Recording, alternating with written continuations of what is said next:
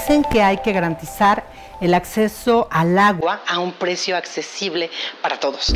Tenemos una desigualdad de acceso al agua. A eso se refiere el proceso de captura política del agua. ¿En qué temáticas se llevan a esta agenda o lo que se pone en los medios de comunicación? A lo mejor lo que a ellos les interesa. Por ejemplo, en organizaciones que recolectan los datos y que procesan información y generan información que les sirve a las empresas para movilizar su capital. Esta decisión de qué recolectábamos no venía de México, ¿no? Soy Berenice Álvarez Becerril, soy geógrafa. Actualmente laboro en la Universidad Nacional Autónoma de México, donde imparto las materias de Laboratorio de Igualdad, Género y Ciudadanía. Es un laboratorio de estadística y una que se llama Diseño, Elaboración y Evaluación de Proyectos.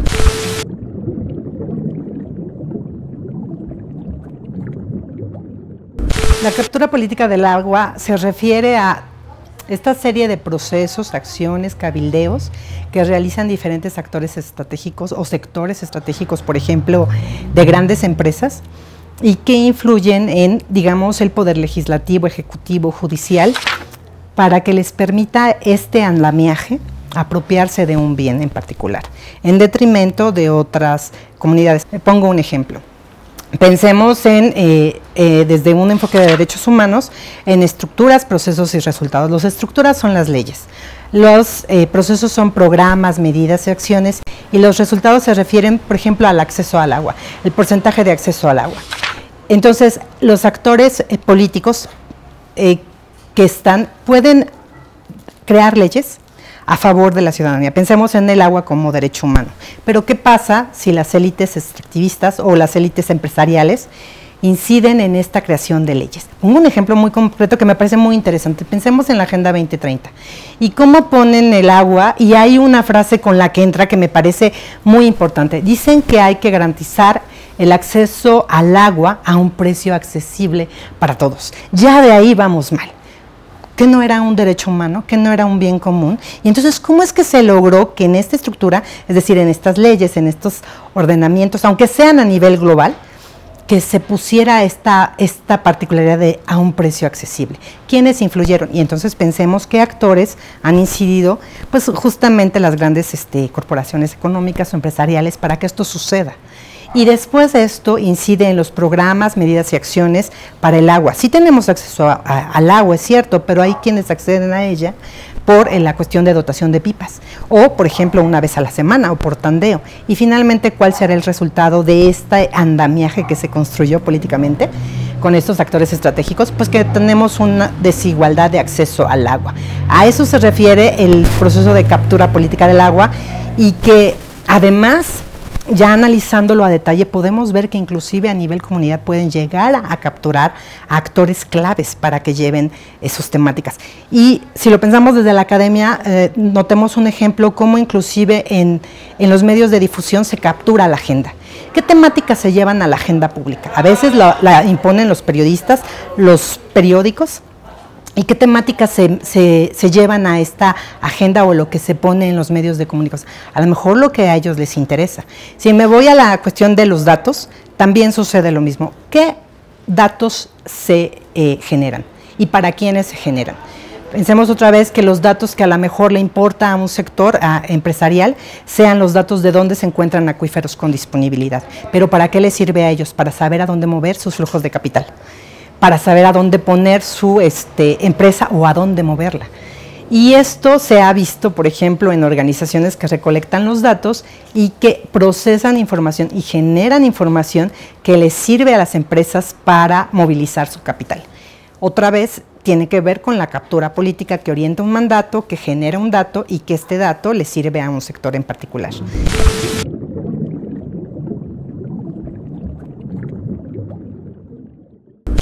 Efectivamente es algo que trabajé, justamente, bueno, lo he trabajado comúnmente, pero por ejemplo en 2021 estuve trabajando para CONACYT en el Sistema de Información Unificada sobre agua, y en este PRONACE lo que investigábamos es quiénes generan datos, para qué se generan datos, qué mandato orienta el dato.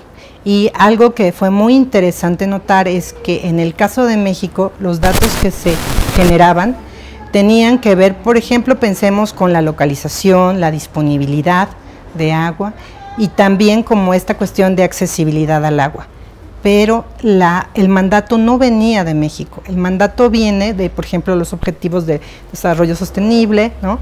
Después de eso encontraba que tenían que ver con el Banco Mundial, con el Banco Interamericano de Desarrollo, sí tenía que ver con la ONU, pero al final esta decisión de qué recolectábamos no venía de México, ¿no? Y esto incide en que cuando nosotros encontramos datos, además, los encontramos desagregados, por ejemplo, a nivel estatal. Si nosotros nos vamos a cruzar este mandato que orienta el dato, nos encontramos que a nivel oficial podemos tener muchos datos a nivel estatal, pero ¿qué pasa con los puntuales o municipales? Esto no está regulado, aunque ahora el acuerdo de Escazú lo trata un poco, y entonces lo que sucede es que cuando vienen aquí las empresas, ellos traen un mandato, por ejemplo, están vinculados a el Pacto Mundial, ¿no? Otra vez tiene que ver con la ONU, como notarán, por eso les decía que el mandato orienta el dato, y entonces les dice que tienen que presentar informes sobre esta recolección de datos, y cuando llegamos aquí, otra vez vuelve a presentarse el registro solo a nivel nacional o estatal, si bien nos va, pero no es gran caso, pero México sí sirve como una colonia de datos para estas empresas que no están en otros países, en Estados Unidos, Canadá, Suecia, China, India, por ejemplo. Y entonces estos datos que ellos se llevan a nivel puntual, que eso es lo más importante, ellos tienen, por ejemplo, si están en Guadalajara o si están en el Estado de México, en donde quiera, lo localizan, ellos mismos generan esta información, se la llevan, se la procesan, y por eso les decía que con esto ellos pueden movilizar capitales, pero México no puede recolectar esta información porque todavía no está regulado. Este mandato falta, este mandato para regular a las empresas, y que por eso lo ligo con la cuestión del acuerdo de Escazú, que el mandato orienta el dato, porque ahora con eso se posibilita que pues de los gobiernos también le puedan pedir información hacia estas empresas, ¿no? Pero que tenemos que recolectarlo a nivel puntual, no debemos ser una colonia de datos. ¿Y qué pasa con ello? Pues que el mandato que orienta el dato también está careciendo de la posibilidad de transparentar el acceso a la información. Y si me sigo un poco por ese lado, que a mí me parece muy importante, no solamente se trata de qué mandatos existen para regular el dato, sino que lo queremos desagregado, pero también con qué periodicidad. Digamos que las decisiones políticas que se toman, piensen ustedes, el acuífero con disponibilidad o sin disponibilidad, que por cierto le cambiaron el nombre, ahora le ponen solo déficit, y que eso me parece que es un error.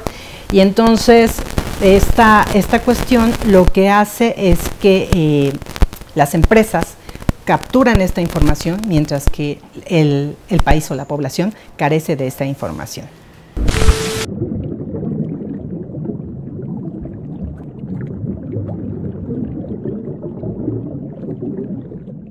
Claro, pues yo creo que ahí habría tres temas importantes. Diría que necesidades, demandas e intereses, ¿no? ¿Cuáles son las necesidades de información respecto al agua? Creo que no se refiere solamente a la localización y a la disponibilidad, sino también en esta cuestión, regresando a lo de captura, quién tiene el agua en detrimento de quién, ¿no? Esa primera. Entonces, ¿estamos recuperando datos que nos orienten sobre este tema? Creo que no. Después, en las demandas, ¿qué tiene que ver el acceso a la información? La información que tenemos es accesible. Después de esta investigación, lo que yo encontraba era la Torre de Babel. Cuando investigaba los datos del agua, hay lenguajes enormes, y quienes en particular han generado un lenguaje en particular sobre los datos del agua, las empresas. Si ustedes se van a revisar los objetivos de desarrollo sostenible, el Pacto Mundial, se van a encontrar que ellos crearon una serie de indicadores para la medición del agua. Y entonces ellos tienen registro desde que llega el agua, cómo la ocupan, cuánta pueden tratar, cuánta reutilizar, etc. Pero ¿por qué nosotros no la tenemos la información oficial, ¿no? Entonces, en estas demandas no se trata de que ellos tengan la información y que, insisto, la exploten en México, además del agua, y que se la lleven a otros países, sino que la demanda sería que esta información, que está articulada en un lenguaje muy diverso, por eso la Torre de Babel, debería ser accesible para la población, para las fuentes oficiales, para la población en general, ¿no? Y después, en la cuestión de los intereses, también pensar en cuáles son los intereses sobre la información del agua. Otra vez, no quedarnos en localización, disponibilidad. Por ejemplo, en la contaminación, en la educación, en la cultura, en la cuestión del género. Por ejemplo, afecta más a las mujeres la recolección del agua o cuando van a estas fuentes a recuperar el agua, porque no tenemos información. Y en el caso de la educación también es una cosa bien interesante porque la Secretaría de Educación Pública recopila información sobre el agua, pero no la estamos explotando como debiera.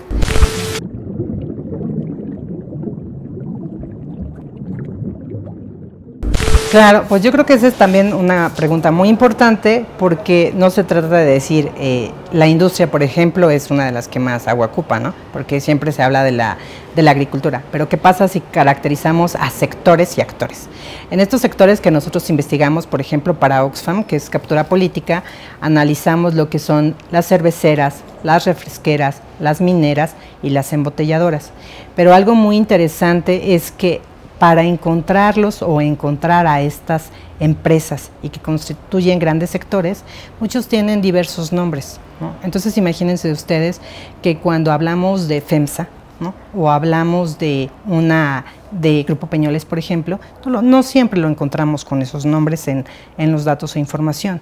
A veces aluden a otras compañías pequeñas o con otros nombres que son datos.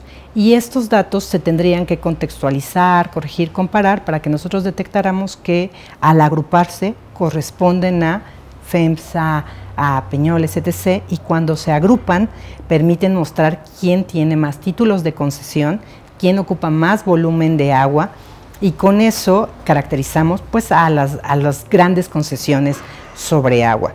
Eso fue muy relevante, por ejemplo, en el tema de captura política del agua. ¿Okay?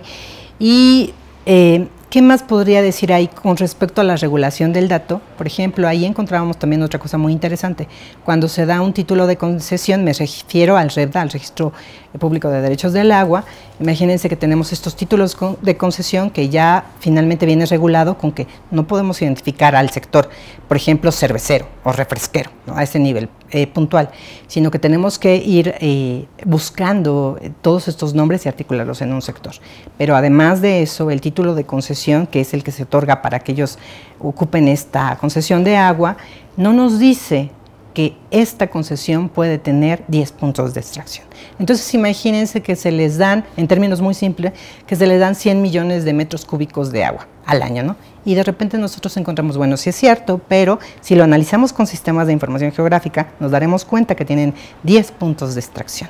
Y de esos 10 puntos de extracción, ¿cómo se hace la medición para verdaderamente saber que ellos tienen 100 millones de metros cúbicos al año, ¿no? Por decir una cifra, ¿no? Entonces, esto es muy importante para que esta información sea accesible para nosotros, o sea, todas estas personas se agrupan en un sector que es el sector cervecero o refresquero y después de eso, ese título de concesión para que la gente sepa qué caramba significa es que en estos municipios, en este punto de extracción, cuántos metros cúbicos hay y además decirles que esta extracción es de aguas subterráneas, es decir, que esta medición puede ser realmente discrecional porque es como un principio de buena fe que ellos van a sacar estos metros cúbicos al agua. No sé si esto responde un poco a la pregunta, pero creo que eso es muy importante porque tiene que ver también con qué tan accesible es la información a la población. Y con esto lo ligo con la otra pregunta que decían.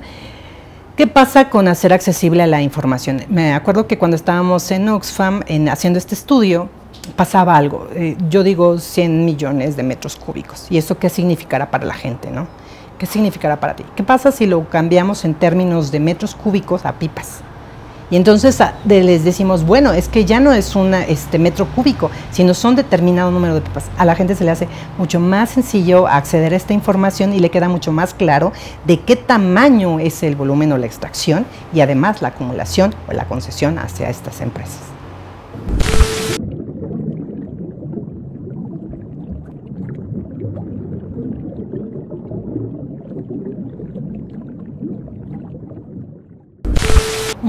Yo creo que de varias formas. Por ejemplo, pensemos en esta acumulación por despojo, en una comunidad indígena donde una empresa se instala y entonces el agua fluye hacia el poder, tiene una infraestructura que se genera para ellas cuando se hace la concesión, por ejemplo, ellos pueden generar su propia infraestructura para que fluya hacia ellas, ¿no? Pero ¿qué pasa hacia las comunidades donde las que mayormente van por esta agua a fuentes que no están cercanas a su domicilio, van por el agua? Pues son las mujeres. ¿Y en qué incide? Si pensamos en términos económicos, pensemos en el trabajo no remunerado, las horas que se dedican a esto. Y que incidirá, por supuesto, en que este tiempo no se ocupa, por ejemplo, para trabajo remunerado. O, por ejemplo, si lo pensamos en otro término de detrimento de derechos de quién captura el agua y quién no la tiene, en la educación. En algún momento hacíamos un cruce de dónde se encuentran acuíferos en disponibilidad, quién tiene una empresa que tiene agua y las escuelas que carecen de ella, ¿no? Me voy a poner un ejemplo muy claro que me parece como el de la cuestión de la delegación Benito Juárez. Seguramente ustedes han visto que muchos edificios tienen esta cuestión de no compre, aquí no hay agua. ¿Okay? Entonces se supone que el agua es un derecho humano y el derecho humano afecta a la población en esta cuestión de la comida, el vestido, el trabajo, la salud, pero también tiene que ver con la educación. Y el agua está empleándose por el sector inmobiliario y el agua para el concreto. Pero ¿qué pasará para la educación? Las escuelas cierran, piden pipas, pagan pipas. Los padres y las madres pagamos pipas. Y entonces ahí hay una cuestión de que tendríamos que pensar, ¿cómo es que estos sectores pueden acceder al agua si están en detrimento de la población? Por supuesto, por la captura política, ¿no? Por la captura política, y que habría que revisar cómo es que se están dando permisos para la construcción. Hace poco salía una nota, tendrá como unas 4 semanas, en las que se señalaba que a partir del crowdfunding habían encontrado el sector inmobiliario la posibilidad de seguir construyendo, porque decía que se había topado con varias cuestiones de regulaciones legales. ¿Qué es lo que estaba diciendo? Nos niegan el permiso, pero encontramos otra forma de hacer. Entonces, ¿qué es esta otra forma? Pues arreglos políticos que les permiten otra vez acceder a que el agua fluya hacia el poder.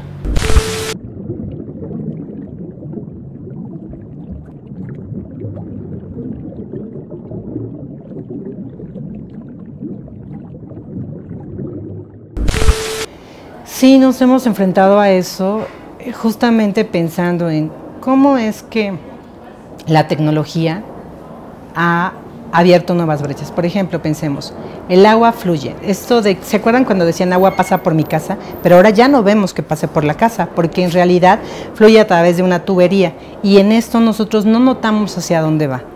Y entonces esto le sucede igual al dato. El dato está ocultado, ¿no? El dato está en una tubería que tiene un entramado para que las personas que pueden ocuparlo tienen que saber dónde está la información disponible, cómo se lee esa información disponible y en qué repercute que esa información esté disponible. En mi casa, por ejemplo, digamos que hay agua disponible, pero si no hay disponible, ¿por qué no hay disponibilidad? ¿Y qué pasaría si yo pudiera saber que esa agua fluye ahora hacia Santa Fe, ¿no? Para la industria inmobiliaria? ¿Qué pasaría si supiera ahora que la presión del agua está bajando y que por eso ya no puedo abrir la regadera y que ya no llega el agua a la regadera con la misma presión? Eso me afecta en mi vida cotidiana. En esa cuestión creo que tendremos que hacer la información accesible de otra manera. ¿Y cómo podríamos hacerla? Primero, creo que todos deberíamos conocer, hay agua en mi colonia, ¿no? Hay agua en mi colonia. ¿De dónde viene esta agua? ¿De dónde viene esta agua? Porque seguimos pensando que el agua es un recurso que pareciera como natural y que es permanente, pero toda la sociedad está incidiendo en esto. ¿Y qué pasa si dejamos de verlo como algo que se va a producir y producir y producir? Y una vez que ya lo veamos, como que ya no pensemos en el ciclo natural del agua, sino en el ciclo hidrosocial, que, híjole, yo creo que eso es un problema difícil hacérselo ver a la población, que ya después de eso, en las escuelas les mostremos a nuestros niños y a nuestras niñas: el agua pasa por tu casa, sí, pero ya no viene de este mismo lugar, no viene de la Ciudad de México. Y sobre esta agua que viene, déjame decirte que lo ocupa la inmobiliaria para la construcción, lo ocupa además la industria para la producción de un auto, de una cerveza. Y cuando llegues, por ejemplo, en el caso de los niños, de una bebida, ese frutzi o ese refresco que tomas, en realidad se lleva 6 litros de agua para esta bebida. Entonces es muy importante que tú entiendas que esos 6 litros podrían ser considerados para que tú tomes, para que se procesen alimentos. Y además de eso, como poco a poco a ser conscientes de esta agua donde está. No es esta agua que vemos, insisto, que ve en la tubería. Esta agua está en la producción de tu pantalón. Cuando tú ocupas un pantalón deslavado, ¿cuántos metros cúbicos o cuántos litros se ocupan? Creo que en ese sentido tendremos que tejer otras conversaciones más cercanas a la población y más lejanas al sector empresarial, ¿no? Sí consideremos que el agua es un derecho humano, que reflexionemos muchas veces en lo que leamos, ¿no? Como lo que les decía de Agenda 2030, pero también que pensemos cuando se genera un dato, este dato ¿para quién es? ¿Para quiénes? Este dato que es acuífero sin disponibilidad, por ejemplo, o acuífero con disponibilidad, ¿para quién sirve? ¿Qué significará para mí, en mi casa, en mi población, en mi comunidad? ¿Y qué datos nos faltan? Eso sería lo más importante. ¿Qué datos nos faltan? ¿Qué datos nos faltan? Nos faltan sobre cuestiones de agua y género, nos falta sobre agua y contaminación, agua y cultura. Entender el agua de otras maneras, ¿no? Porque, por ejemplo, se entiende como el agua como el H2O, y creo que si a todos les preguntamos es agua H2O, pero nadie se ha pensado como el agua como disfrute, como recreación, como cultura, como muchas cosas más que yo creo que los sistemas de información pueden posibilitar todas las miradas posibles sobre eso. Muchas gracias por la invitación.